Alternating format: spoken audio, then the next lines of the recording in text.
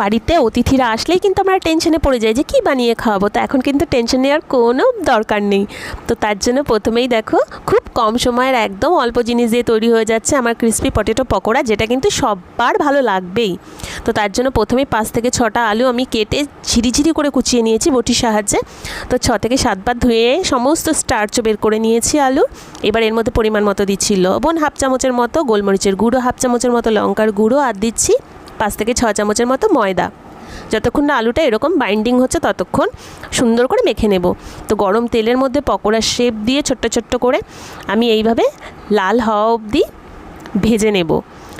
তার এটা কিন্তু সত্যি এত সুন্দর মুচমুচে হয় আর খেতে খুব সুন্দর হয়। তো তোমরা অবশ্যই বানিয়ে দেখো, যে কোনো অতিথি খেয়ে কিন্তু একদম খুশি হয়ে যাবে। আর চায়ের সাথে এটা কিন্তু একদম জমে যায়।